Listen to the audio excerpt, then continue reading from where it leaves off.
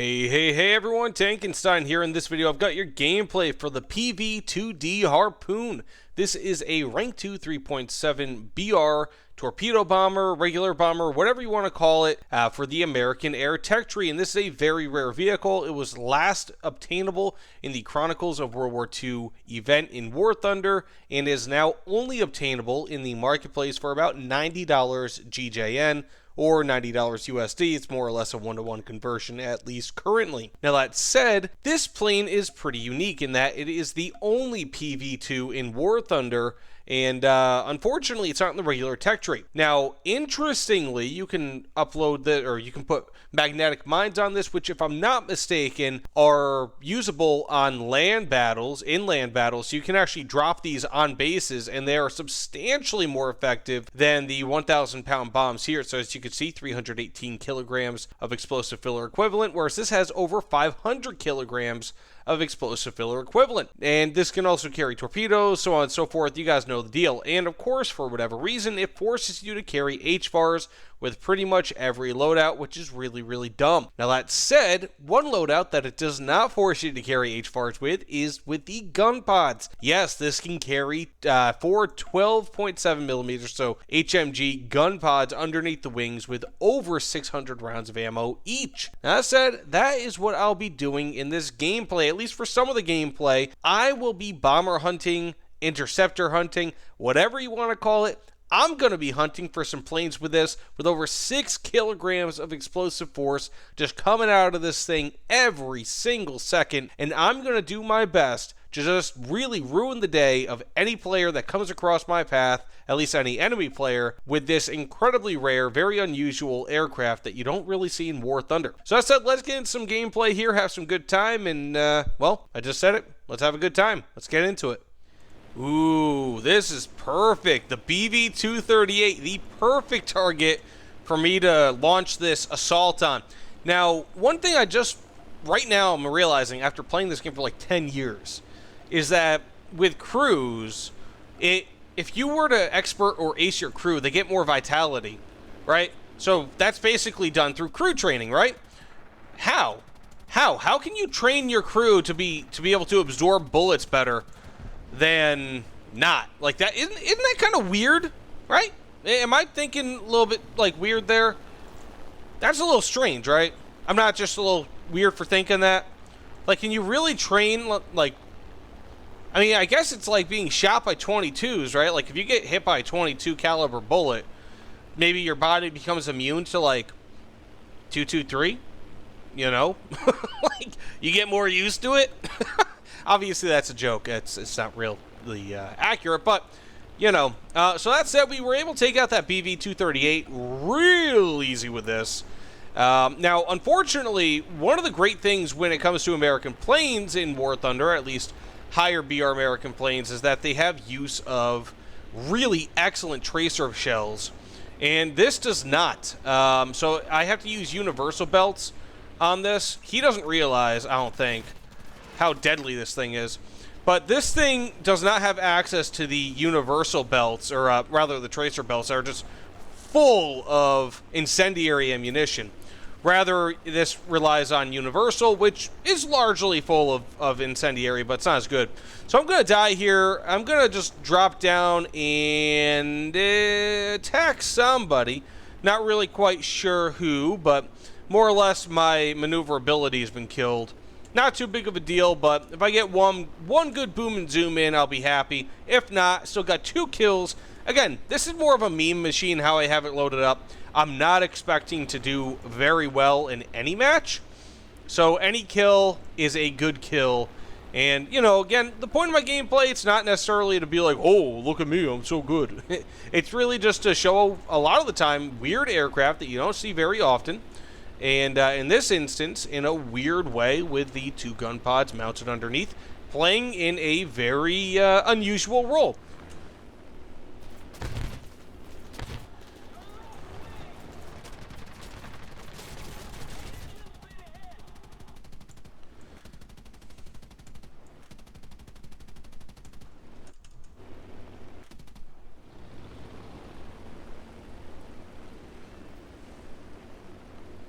Man, don't you love it when you get yourself a turret kill and then your allies who didn't help you defend yourself try to swoop in so that they can get the kill steal? Now, the great thing about this aircraft is that despite the fact that it has not the greatest top speed, it's only something like 450-ish kilometers per hour, it actually maintains over 330 pretty well and has a pretty decent rate of climb, which tells me that this is actually a pretty decent damn aircraft for bomber hunting. So I've got the Halifax is right here, both of them. I'm going to do a run on this guy. Don't know if I'm going to get a kill. Then I'm going to run for the other one. So let's see. Probably launched some HMGs a little late, but I got myself some nice damage on him first. Hopefully he doesn't hit me. And then I'm going to run up on this dude. Get those early fired off shots there. Again, this is using universal belts, so I don't have those tracer belts that are so good for the Americans that you get with higher BR. Ooh, those were all misses. You actually get really good universal belts later, or tracer belts rather, that are just full of incendiaries. These are universals. They have a decent amount of incendiaries, but it's not fantastic. So I kind of suffer in that regard. Nice, I got a critical hit. Didn't figure he'd die, but I'm fine with that. So I get to dive down a little bit here. I should be able to catch up with the Halifax pretty easily, especially after he completes his bombing run, which it looks like he has. Don't want to waste too much more ammunition. I'm okay. As you guys know, I should, or if you should know, or maybe know, I don't mind getting an assist. So that guy dying to someone else, totally fine by me. To me, that counts as a frag. It counts as winning a bit, you know, towards assisting my team in victory. So that is totally cool for me. So that said, let's get up to this Halifax. I'm going to probably start firing once I get within about 1.25 kilometers of him, give or take. Nice, perfect. He's opening himself up. Big launch window here. Let's fire on this bad boy. See if we can get ourselves a nice flame on that engine. Okay. Now he's a little closer than I expected now. Put on these flappy boys.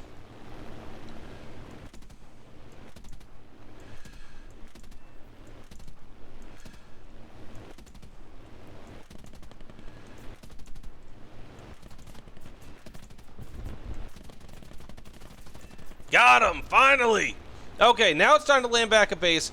I am genuinely surprised the other Halifax is not dead yet. That's just ridiculous to me. But, hey, you know what? I don't really mind.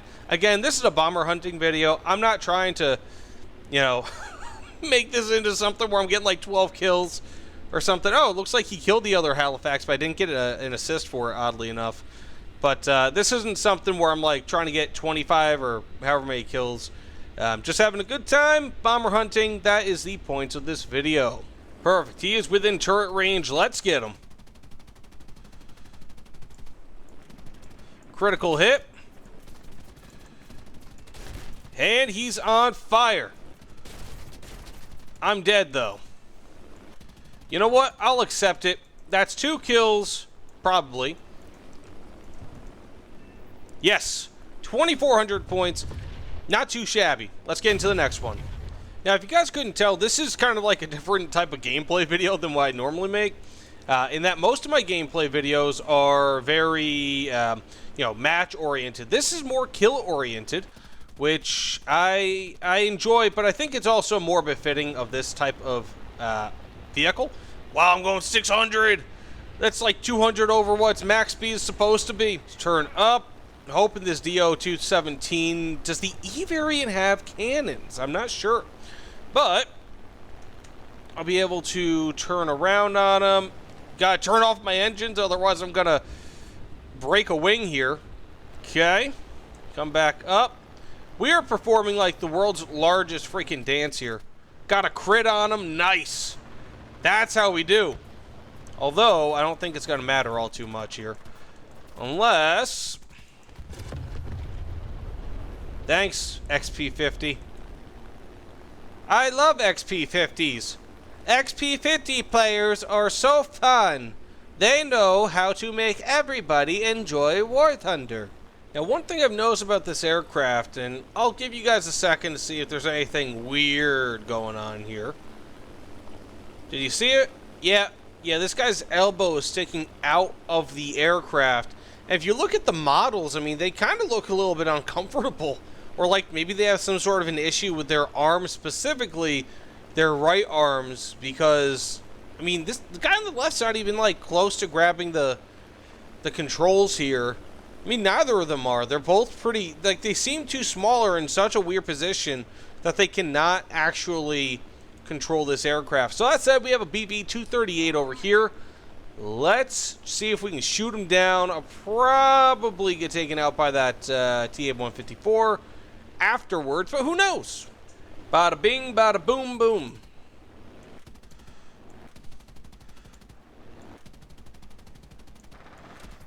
Yeah, boy. Yeah, boy, you've been harpooned. Yeah, boy. It's so stupid, this thing. Like, this gameplay, I'm not, like I said numerous times, I'm not out here like, oh yeah, I'm so good. It's just like, you know, this plane is just, I'm glad I have the opportunity to play it, and you guys give me the opportunity to play it because, you know, Warthunder made me a content creator, and as such, or like a partnered content creator, and as such, you know, I do have the opportunity to play these vehicles, but man, it is just absolutely ridiculous sometimes just what these planes are all about, especially in certain loadout configurations. Okay, so I'm going to try to get this TA-154 with my turret. Doubt I'm going to get him, but who knows? Maybe I will. Yeah, buddy! My freaking tail just flew off. This thing is a moving, this is a flying saw, man. Yeah! I'll deal with it. I'll deal with it. Ah, he's not dead. That's so stupid. Anyways, he's severely injured. I'll take it. But that said, I mean, that's about the end of this gameplay. I'm not really trying to make this anything normal, like my normal gameplays where it's like, oh, well, this strength, weakness is, you know, so on and so forth. It is what it is, and I had a good time. So let me know what you guys think in the comments below. Any rare vehicles you guys want me to try out next? Vehicles I cannot try include the E100, IS-7, and whatever else, because Gaijin just doesn't want me to. By the way, thanks again, and I will see you all on the other side. Take care, everyone.